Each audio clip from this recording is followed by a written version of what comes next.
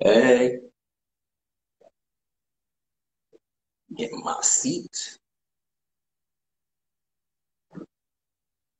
Quinny Pooh Bear, what's up? Donovan, Hey, what's up? my Yeah, you hair look looks good. okay. Yeah, All right, just checking. I think so, right? We have to check this. Awesome All sauce. right. So, ready to get How are started? you? I am amazing. I'm good, feeling good. I'm excited to be here. I'm excited to share with you, share with everyone else on BBO, um, and talk about this yogi experience. Yeah, man. How you doing? I'm good. I'm good. Just like you, excited to the point of almost nervous. Yeah. Um, but it's happening. It's happening. You Mhm. know, backstory of this, we talked about this a couple months ago, and it's actually happening. Like it's materialized. Did we Yeah. manifest it? Yes, we did. We A miracle. manifested it. Yogi Yay! powers. Yeah, we have powers as yogis. So before we start and start talking about the sutras and our experience, you want to do a little bit of breathing, center ourselves. All right. Yeah, You want to do awesome. that, or you want me to do that? Go for it. Go for it. Because I'm already in my nerves and I have to take a moment to compose, right? All right, guys. So, just find a comfortable seated position. Trying to have the crown of the head balanced over the base of the spine. If you're sitting, have the soles of the feet on the floor, if you can. If not, sit in a comfortable cross-legged position, yogi position, and then just drop into your breath. Just check in with your breath. Where are you? Notice as you inhale, the chest lifts. And as you exhale, exhale through your mouth, sigh the breath on out, and feel your shoulders relax. Again, inhale, lift the breath all the way up into your chest, all the way up into your collarbones. Feel that slight pull at the back of the throat. Hold it there a little. See if you can inhale a little bit more. And now exhale through the mouth. Relax the corners of your lips slightly and see what happens. Do that 2 more times. Inhale again. Go up to a point where you feel your breath book. It reaches a point where it stops. Acknowledge it. See if you can go a little bit more. And then release it. Drop into your breath a little bit more. In other words, notice which part's becoming longer. Inhale again. Don't wait on me. Go ahead. Last one. Feel the pull. Then exhale. If you want, make a little sound. Drop your chin slightly down towards your chest. Blink your eyes open. Welcome. Hey, awesome sauce. Thank you for that. It was really needed. My spirit feels good. My body feels a lot calmer, you know. Yes. Um, Sweet stuff. Now, I guess, yeah, let's go ahead. We usually geek out. You and I have known each other for a little over a year now. We always end up geeking out on postures and on yoga, the whole practice overall. Um, and I guess today we want to, as I said, we were talking about this for a couple months now, to talk about what our experiences have been as yogis, and also, quite frankly, as modern yogis, right? Um, because this really old practice There may be some things, at least for me, that kind of pop up that, takes time to reconcile, that we have to sort of sift through, ferret out, and figure out, right? And so as we're using this book, the sutras, this map that maybe helps us realize who we are and where we're going, what the point of yoga is, there are lots of pitfalls on the way, and it's not super easy, right? Correct. So, yeah, let's start there. Yeah. All right. Let's start with the topic. The topic, I have my notes. Okay. So our topic is modern experiences in yoga. All right. And as Dev said, we are not necessarily taking it from the Yoga Sutras point of view, because when you read the sutras say go out and experience it and then come back and talk to me. So we're taking it from, yeah, that's what it says. We're taking it from us now in this generation, starting at the beginning again, taking it out, and this is our experience so far. And we came up with the term modern yogi. We did. We discussed it. And it was fitting because here we have, as you started out with, we have a practice that spans centuries. And how dare we take on the role of calling it modern? But then again, we have the pandemic, and it has shifted the entire process of how the yogi practitioner approaches his practice.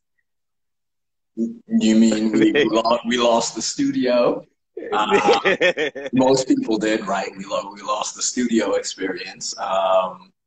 What else has changed? Heck, our reliance on technology, right?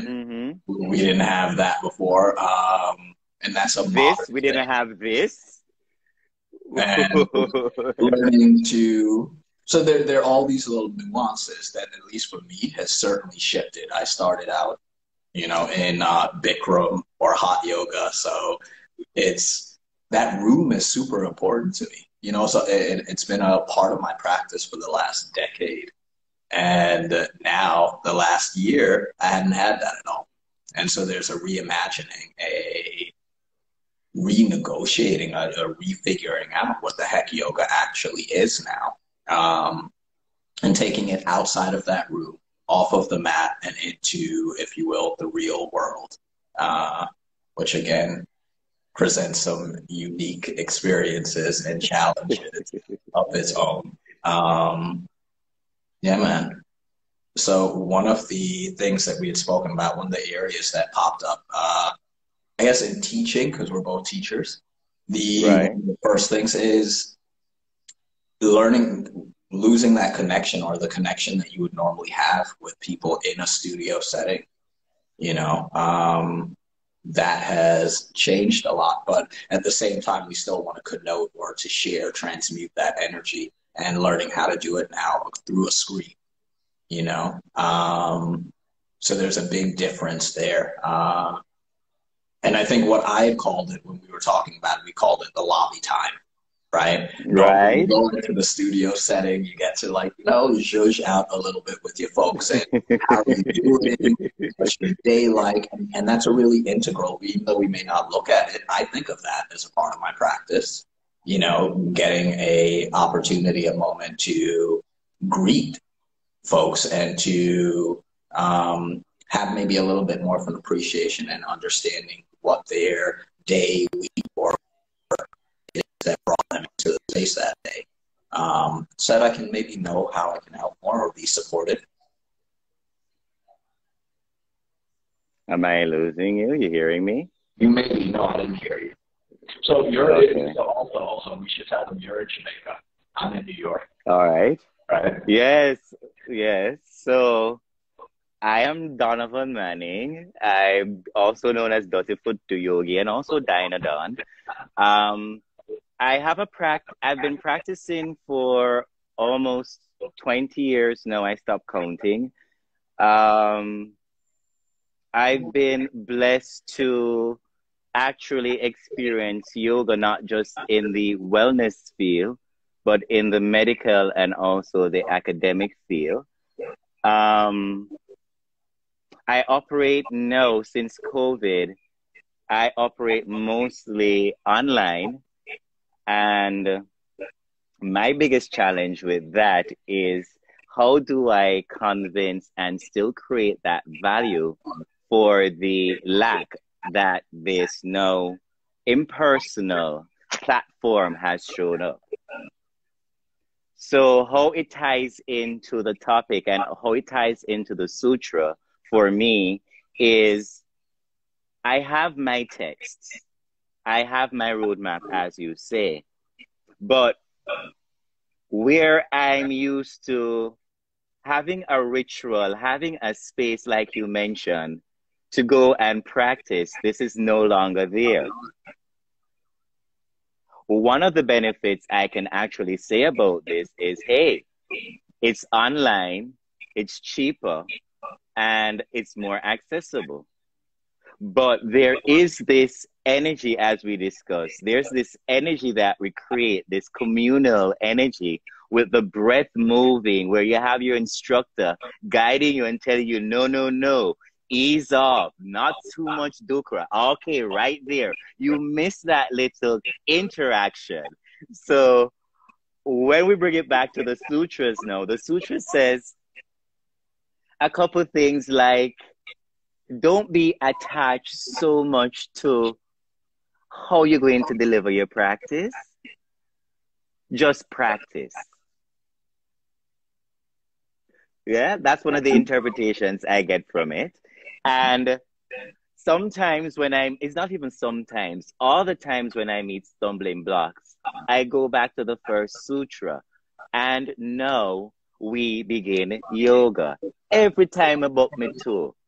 Every time something is uncertain, you have two things that you usually question. You go to, does it make me feel good? And you say, yeah, it makes me feel good. $100,000 does make me feel good. But does it serve my highest good?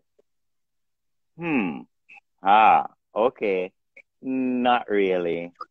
So until I've learned to transcend and reach that level, I have to go back to my roadmap. And my roadmap always says, at the beginning is where you're going to begin. So that's what I use as what I will consider myself as a modern yogi, and how I deal with it on the theoretical part, and Okay. how and how am I applying it in my daily life. How my life has changed as a practitioner, why I consider myself a modern yogi. I love this platform. I'm not saying I don't miss interaction. I miss it.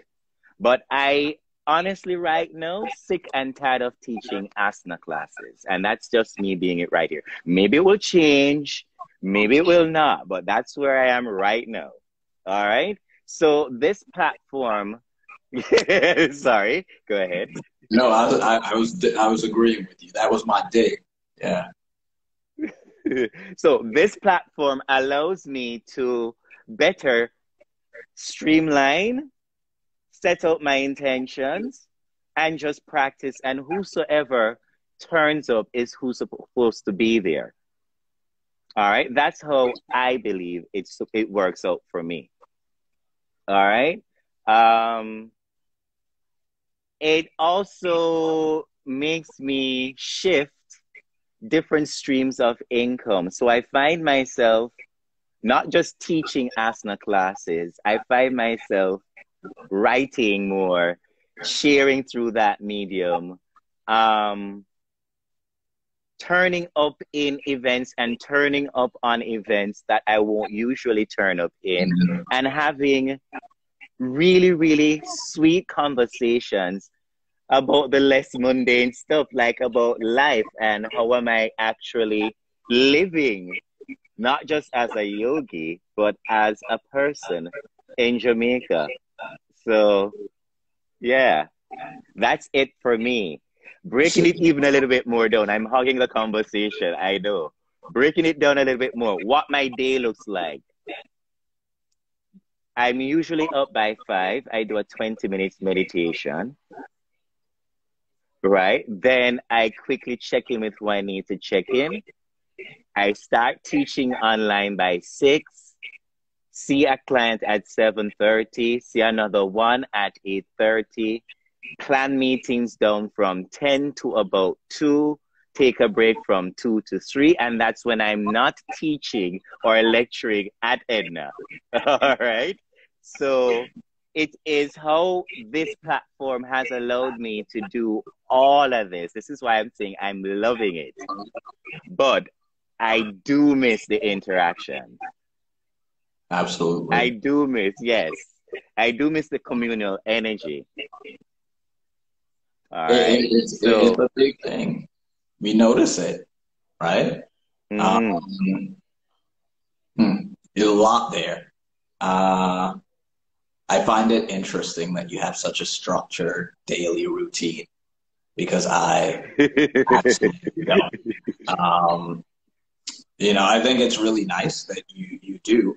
My practice is a lot less structured in that way. It's a lot more flexible, I suppose. I've learned over the last decade or so to be flexible, maybe to be adaptable in my practice, right? Mm-hmm. And at the in asana, that's obvious, and you're kind of like, well, yeah, you're supposed to be flexible, and I'm like, yeah, well, but now relating that to where we are in this moment in time, post pandemic or during the pandemic, and needing to use that same flexibility, that same adaptability, and seeing the blessing, if you will, of 2020 and of technology and all the things that you just mentioned, right? So, mm, Well, my yeah. nose big and I'm nosy. What's a typical day? What's a typical day for you like? Does it have to be typical? That's what I'm asking. I All guess right. that's the part All because right, I'll there's back out. Okay, no, I'll no, move it's on. okay. It's okay. Let's flow with that for a second because my days are not necessarily typical because my body isn't necessarily typical. I think we have to, what yoga has taught me is to be aware and sensitive to all the different fluctuations, all the different shifts that happen within myself that makes up my perception and that actually makes up all of my experience. And I have to take that into account. And so for me, it's a little bit more challenging to uh, be that rigid in waking up every day at a set time. And I appreciate there's also the need for discipline in our practice. But we can go into that in 2 seconds. So my day, no, because it's not an atypical day, and I don't want to. When I've tried to do that, when I've tried to be rigid and set myself up and say, okay, 6 o'clock I'm going to do this, 7 o'clock I'm going to do that, yeah, and so on. The phone rings. Patanjali didn't have to deal with the phone ringing. He did not have to deal with, emails pinging and sirens and all these different things, quite frankly, that come with a modern experience happening. And so even when I think about ritualizing my practice or that discipline in my practice, for me, it is less so about being setting myself up in terms of a schedule. It more so looks like being devout every single moment of every single day. When I walk, when I breathe, when I eat, when I do all of that stuff, I feel like I'm practicing yoga. not just when I decide, hey, I'm going to break into whatever posture, or I'm going to start doing these specific breathing exercises. There's not necessarily a moment where I'm sort of divorced from this mindfulness, that I want to, that I think is a part of the practice. Um, it just is what it is. As far as the discipline part, though, again, I think you get to a point in the practice, and we all are here. I think, I hope, that we never actually stop breathing. You're aware if you stop, there's a problem. And so we're always doing it anyway. And what happens now if we simply attach a little bit of, again, consciousness to it, a little bit of awareness to it? Hey, is my breathing fast? We started this call with a breathing exercise. I know I have nerves, I have all that stuff, and I feel it. So again, how do I acknowledge that when I can't break out into asana? How do I have to honor all of those spaces. And so you deep breathe, you again are mindful to the fluctuations, to whatever is going on in your body and in the world at any given moment. That's what it is for me. I also, Donovan, realized I did not introduce myself because I got nerves. So my name is Deverell, Yogi Posture on Instagram. I started out primarily in an asana-based practice and have since moved into many, many different areas of the practice. And I'm still exploring that, quite frankly. And as I said, I kind of think everything is yoga. And so it's not necessarily just, the asana or the meditation or, it's everything. It's every moment of every day of my life. And quite frankly, tons of, pitfalls and things that happen there that, as you said, bring me right back to the beginning. And so right back to the very start of our sutra book.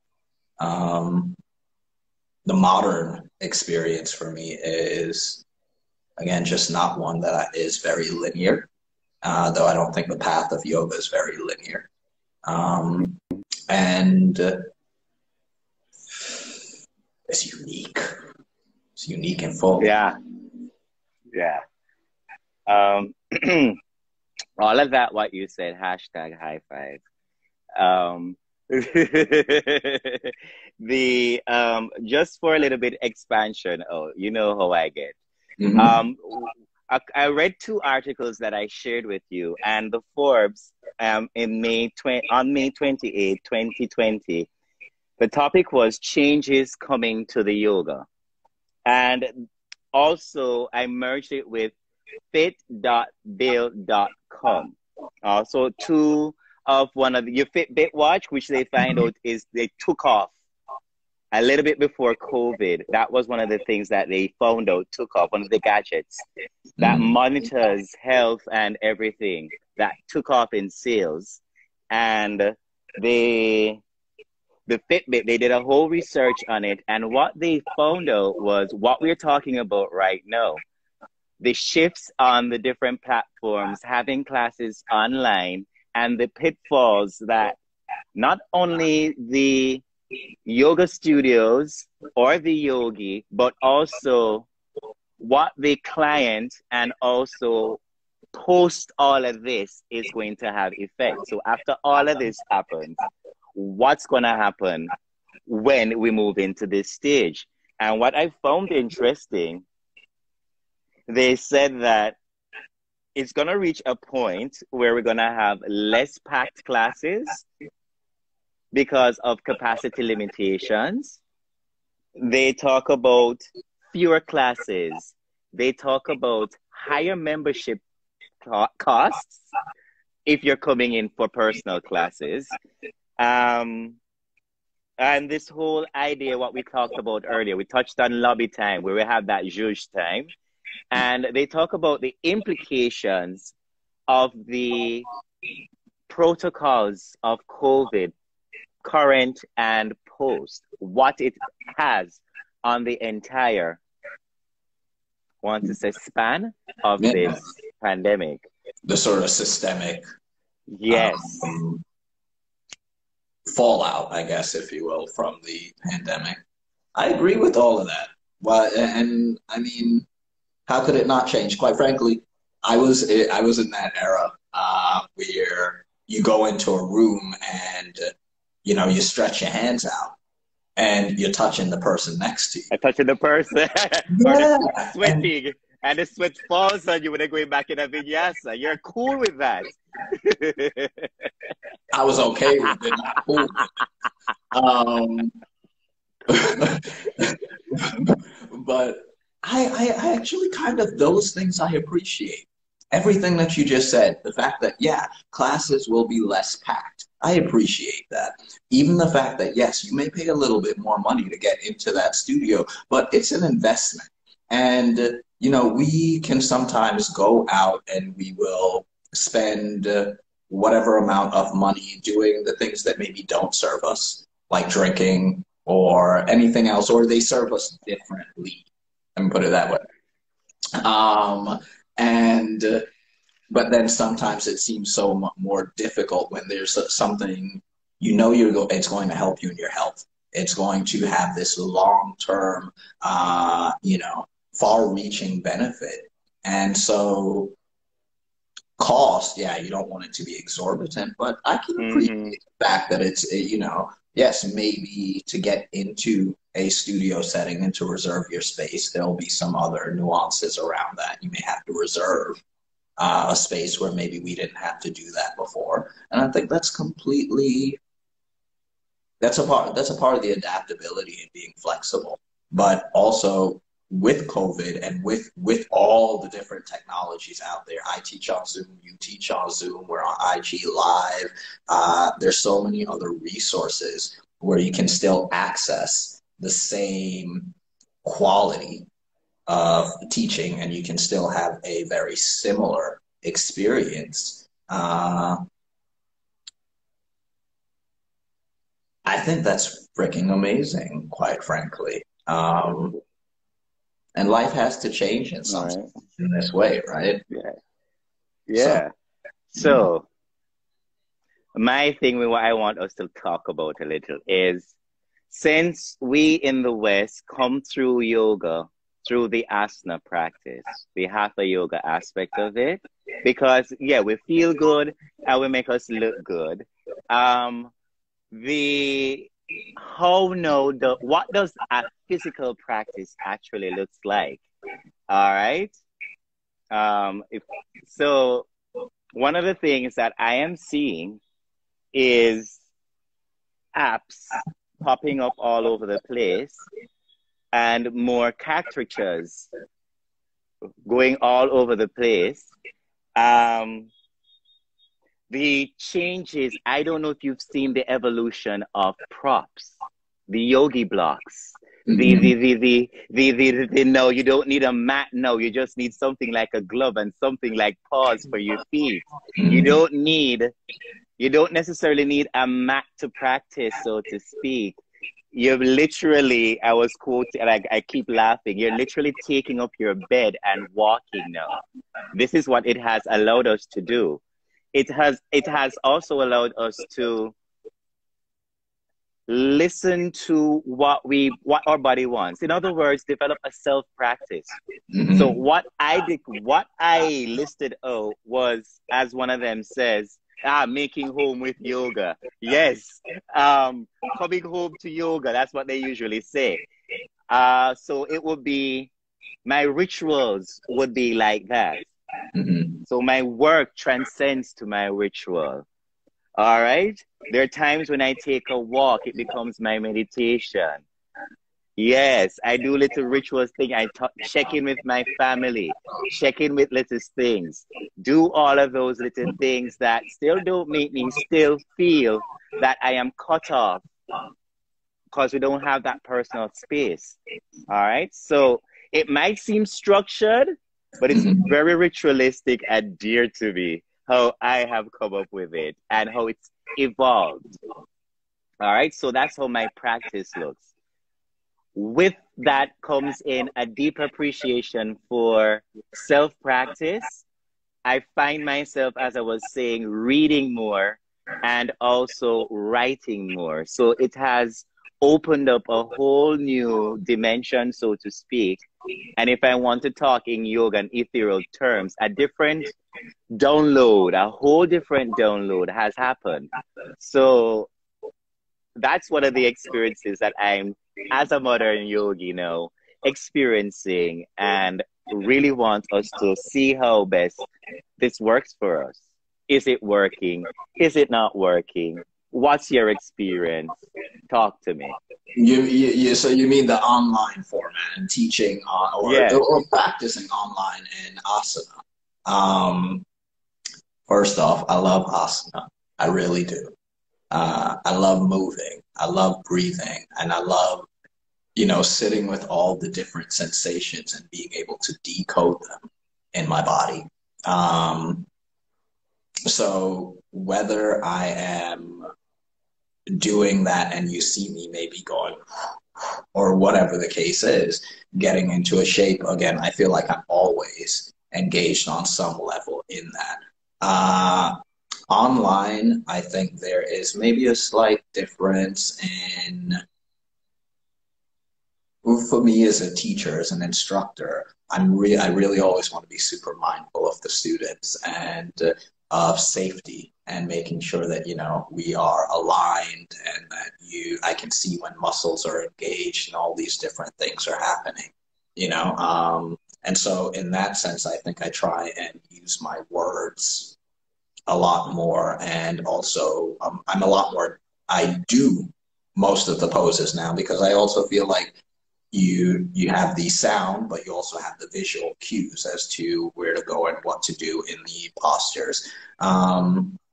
As to whether or not this whole online format and this new way works or not, I don't know that that's up to me to decide, if we're going to link it all into the sutras, there is that detachment, right?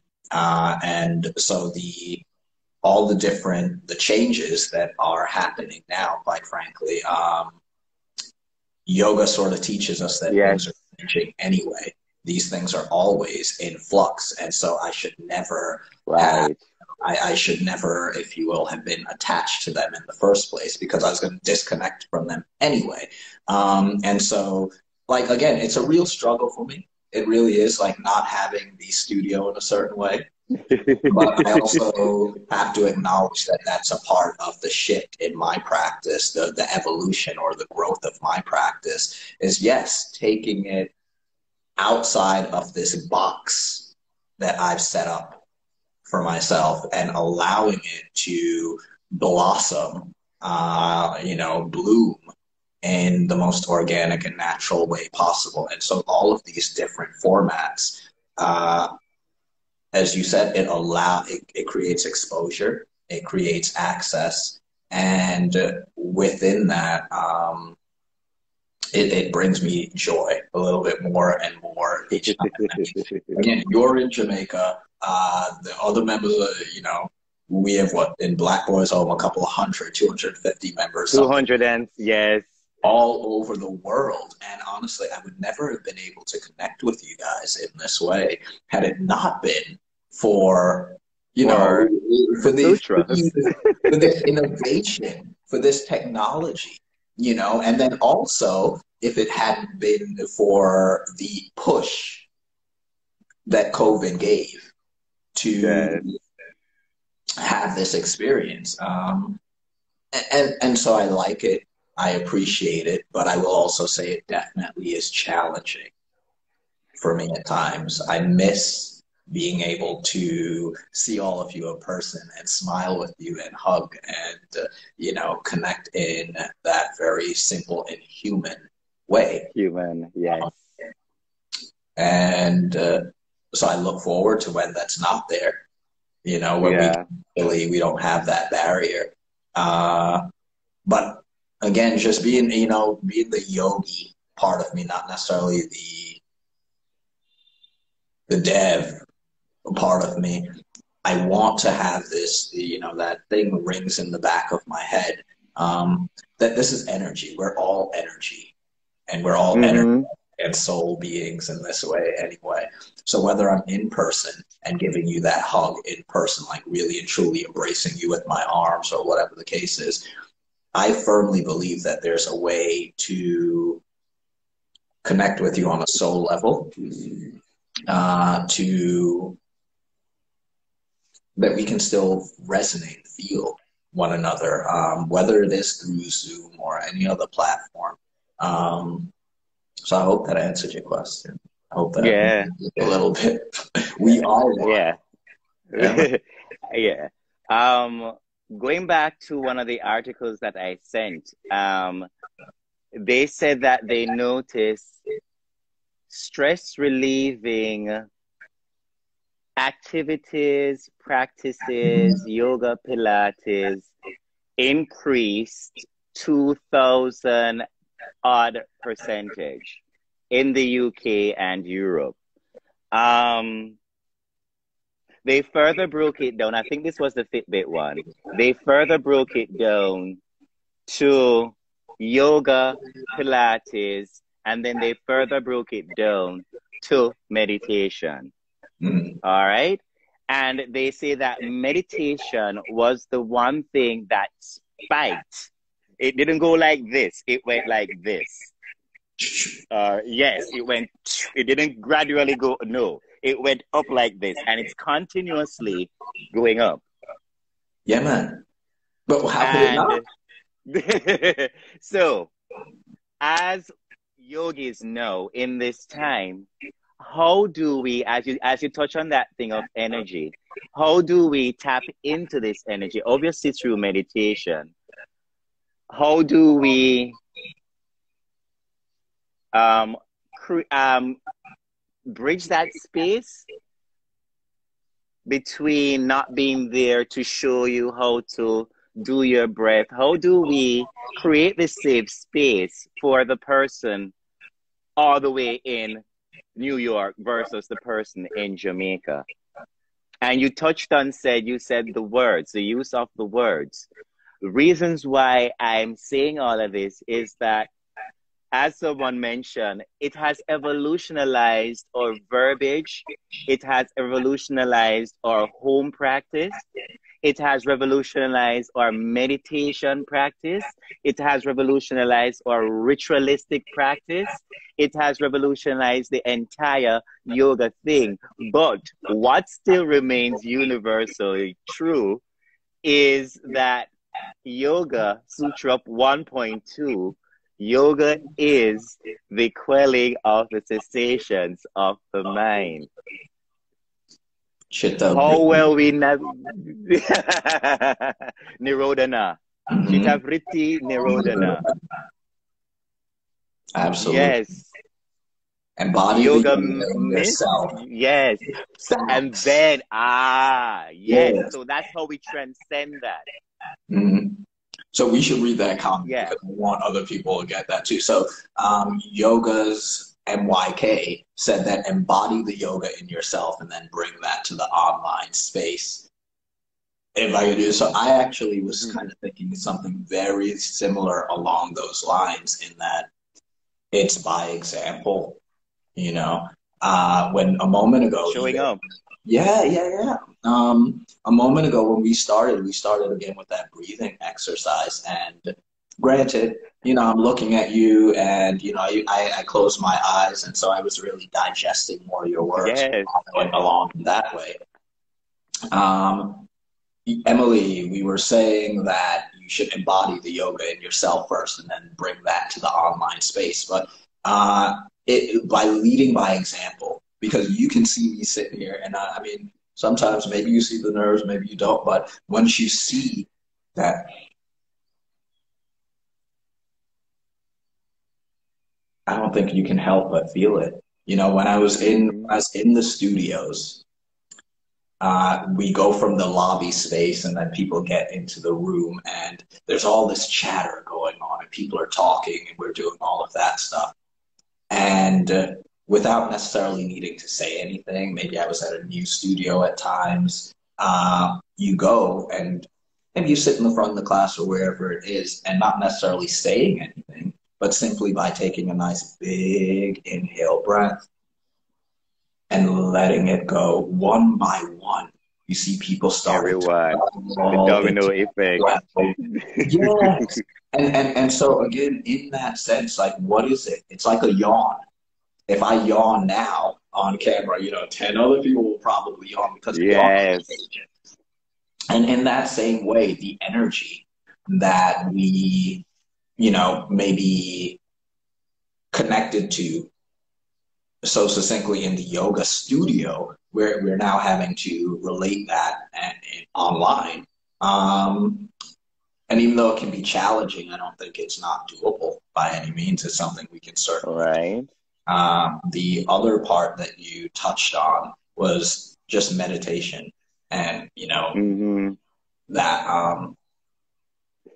of course, I think it makes sense that that would spike. I mean, we've been living indoors and without routine, quite frankly, a lot of disruption to routines for the last year almost now.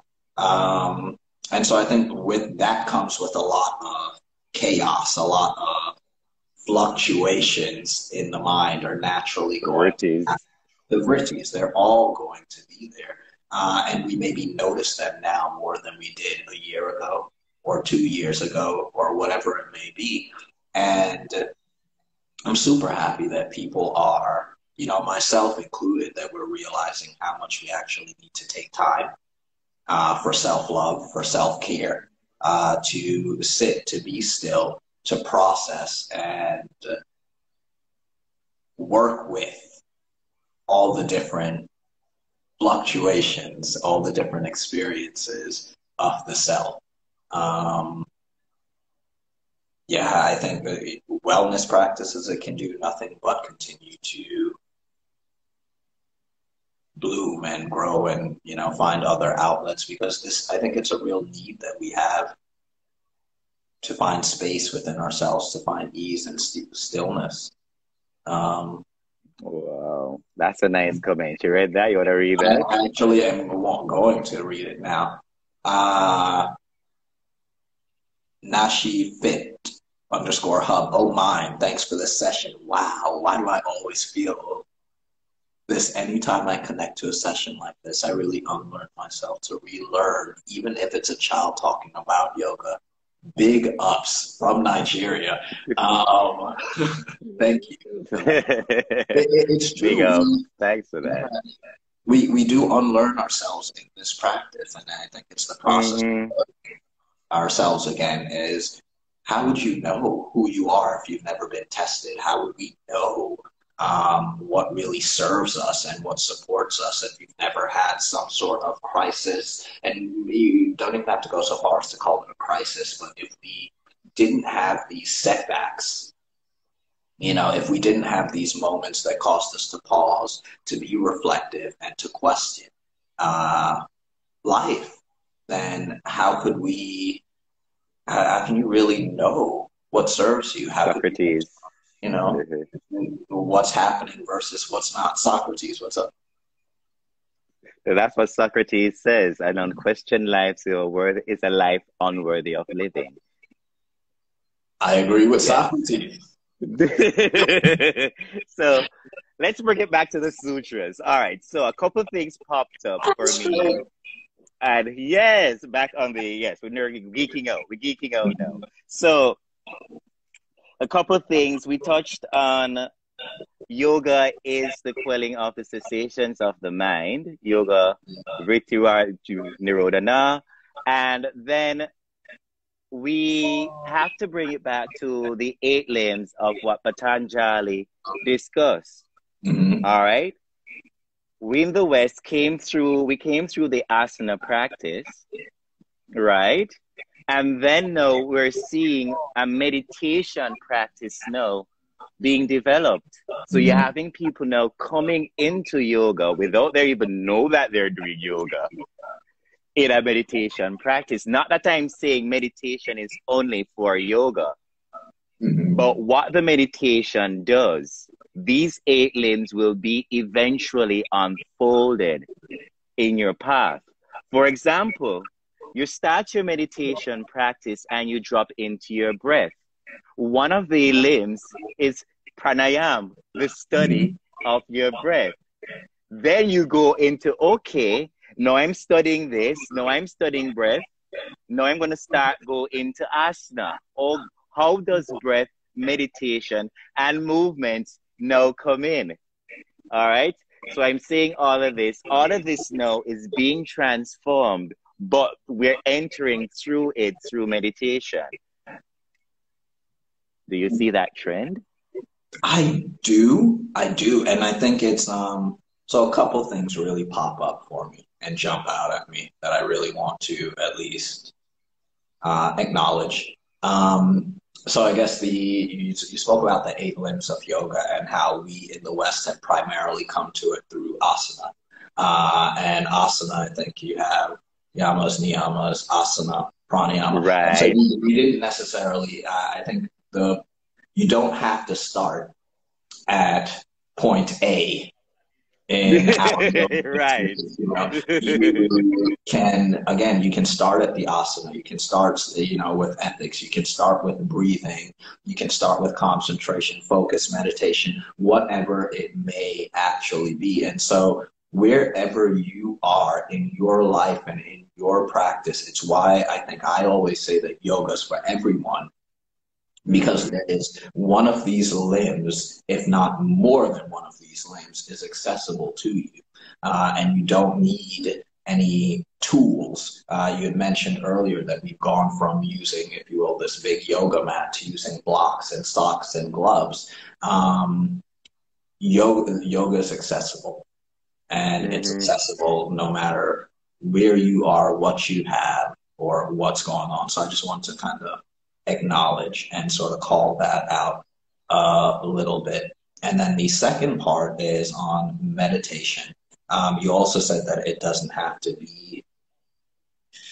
I think it's that meditation isn't only in yoga, and so I want to also maybe acknowledge that what meditation is, and in some sense how we can get there, or yeah, you're probably doing it and don't realize you're doing it, you know.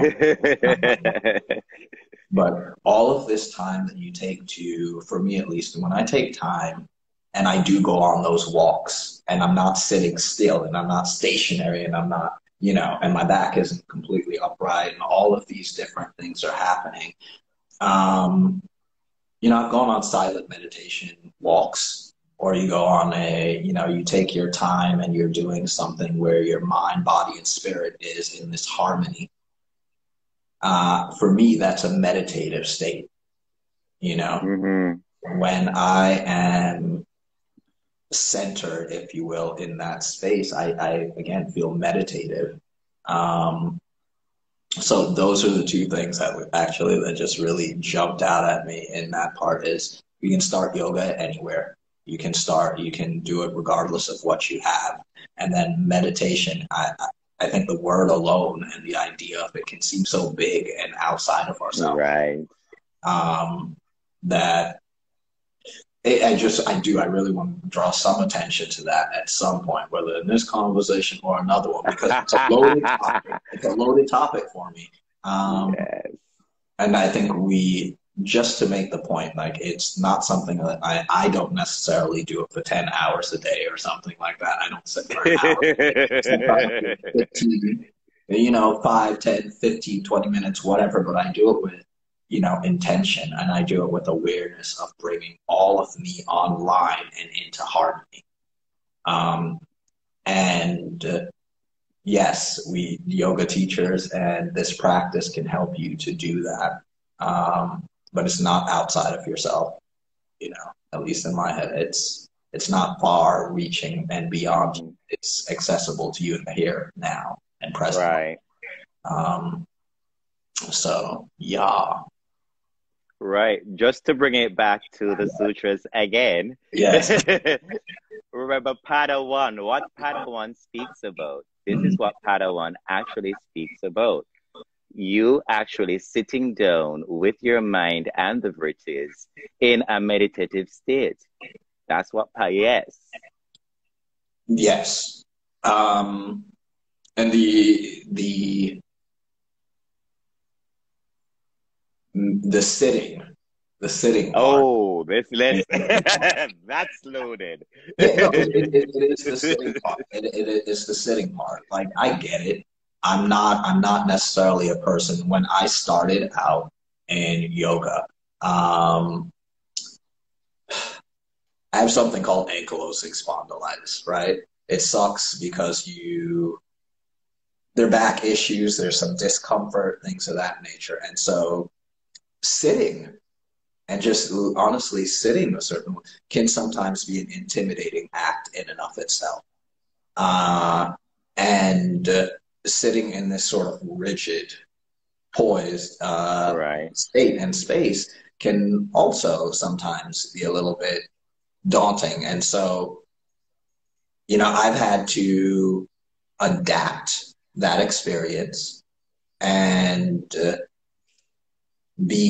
whether it's for 1 minute or 1 hour, I want to feel my intention, all of me is on this one accord, and it becomes quality over quantity and the time that we spend. As far as chitta, vritti, nirodha, the cessation or restraint of those fluctuations. Restraint of the fluctuations. It's a process. It is a whole heck of a process in identifying what those fluctuations are. And yes, Patanjali talks about it. He tells us what they are, how to identify that. But really and truly living your life, going through the process and going, ooh, crap, this is a vritti, and pulling it back. It's not as easy. It's not as simplistic as, pointing out a cloud in the sky or a spot. It really does take practice. It takes effort. It takes work. It takes dedication, right? Mm-hmm. It does.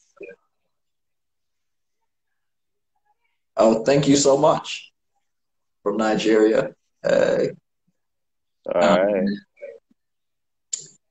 So what? Mm-hmm. So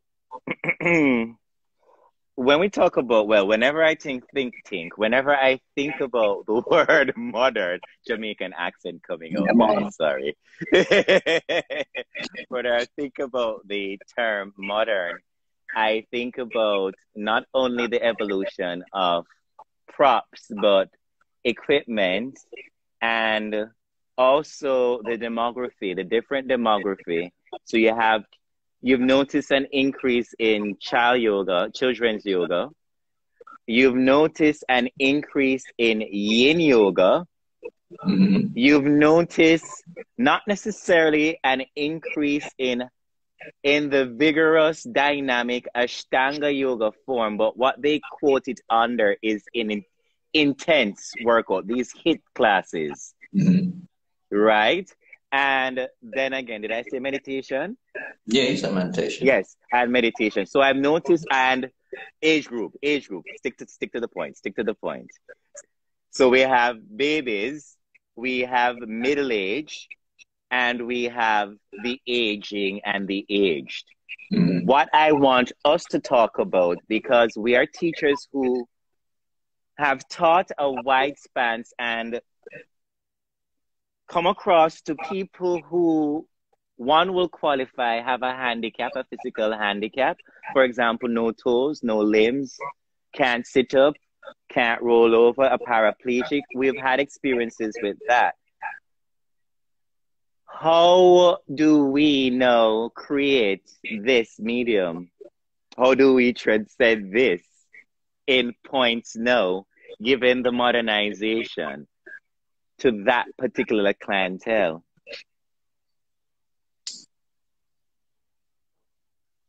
Yes. Do you want me to take it on or you go ahead? Oh, no. I love that you asked the question because, again, yoga is inclusive. And for individuals who might feel like, hey, I have a different physical, mental, or emotional experience, and they may not feel comfortable, or they may not feel as represented and catered to in these practices. Again, yoga is absolutely for you.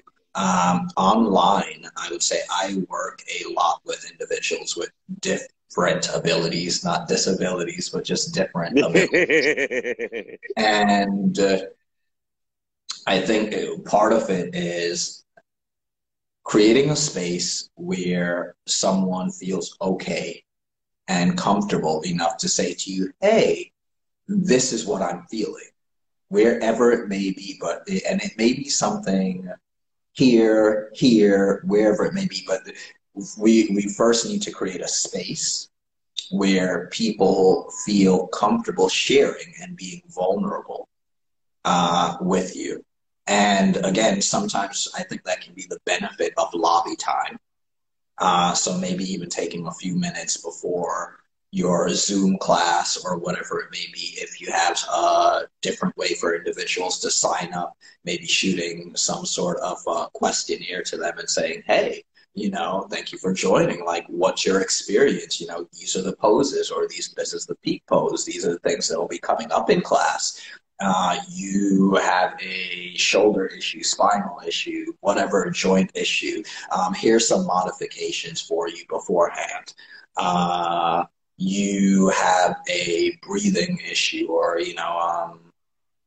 emphysema or something going on here in the lungs. Like, hey, you know what? Maybe laying prone or laying on your back, that might work out better for you. We can still access postures a certain way. And so it depends on creating a clear expectation, creating first the space, I think, where a student practitioner can be open and honest with you about their experience. That's one.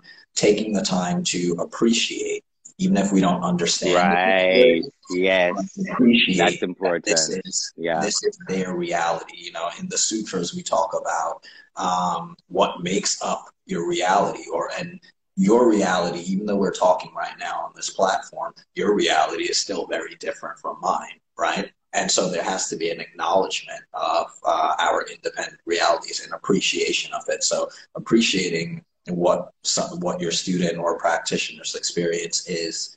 And again, just holding space for that, offering whatever modifications that you can think of, taking time to breathe, to listen, to research, quite frankly. Because few of us have completely brand new experiences, that I think won't fit into the yoga world. So. Yeah, as a practitioner, and for me, I can share one of the things with me. Teaching at the Edna Manning College for Visual and Performing Arts in the School of Dance, one of my Zoom classes has over 20 students in it. So all of those things that you talk about. So I usually check in like about 15 minutes and watch them stream in and start like what we do here. The first person would jump in. I'd probably have my tongue stuck out or my nose just to kind of break the monotony. And it kind of like levels off the playing field. Right. So it sets the tone for the class. And by the time it reaches in the 15 minutes, what you said, I've covered my lobby time. I've checked in with everyone. I've checked in with the class before. I've checked in with the class that they're going to have. And then I'm now at a space to serve my students or my clients, if you want to call it that, from that level. It's, as you say, it's not easy, but once you show up, you show up every day, it gets easier. It gets a little easier. You develop the body.